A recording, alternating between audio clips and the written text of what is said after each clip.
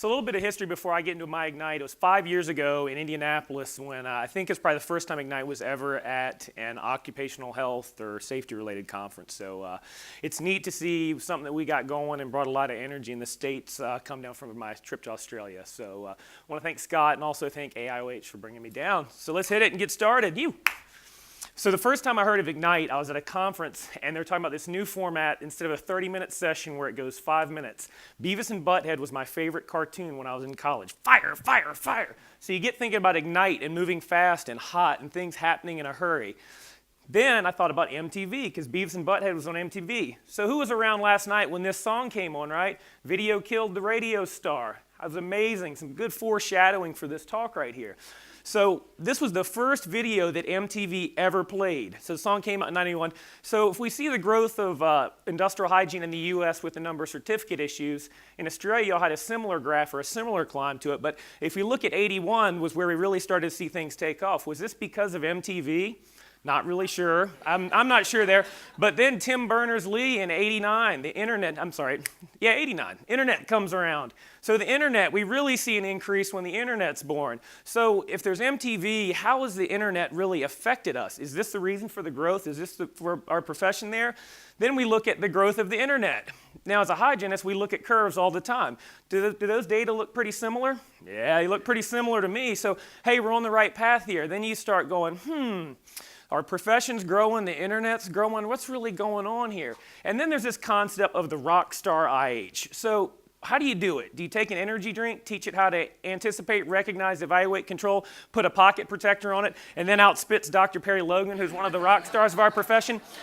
So what do you do in this day and age when you want to look up something when you're not sure about it? You Google it, and you're going, am I going to get good info? Hell yeah, we got good info. A couple of these rock stars are sitting in this room right here. And guess what? You can get an apron that says I'm a rock star industrial hygienist. How's that for some more foreshadowing?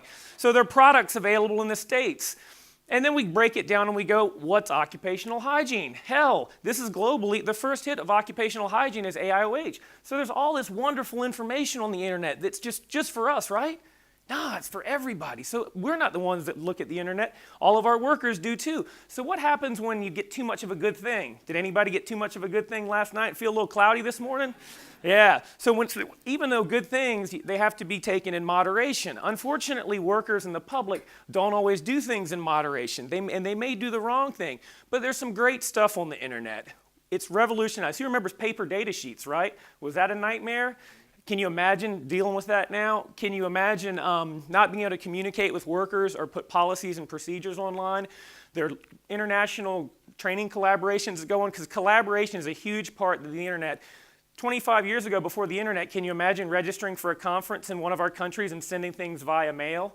It's probably a pretty clunky process and just a few clicks away from a trip to Australia or a trip to the United States. Now, they're all, like with all things, there's some bad stuff too. So when workers Google topics sometimes, they may not always get the best or the most screened info there.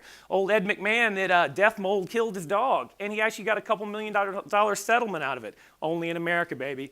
And even when there is good information and good science there, if you don't know how to interpret it and you don't understand, the workers can take good information and spin it into things that may or may not be correct. And it gets us a little frustrated, right? Because back in the day, we would show up pre-internet and we would show up as just, hey, here's the rule, here's the regulation, deal with it. So does this make the hygienist, do we get a little frustrated when we're in a meeting when people look like that? Because knowing's not enough. We have to be aware. So does this bum us out? You know, this is a red Solo cup that we drink of. It's got metrics there for hygienists to measure. So how do we view this cup? Do we view it half empty or half full? Hell no, this cup is more than half full. Let's scull it, just not after midnight. Because you can get in trouble for that. Learned that one last night.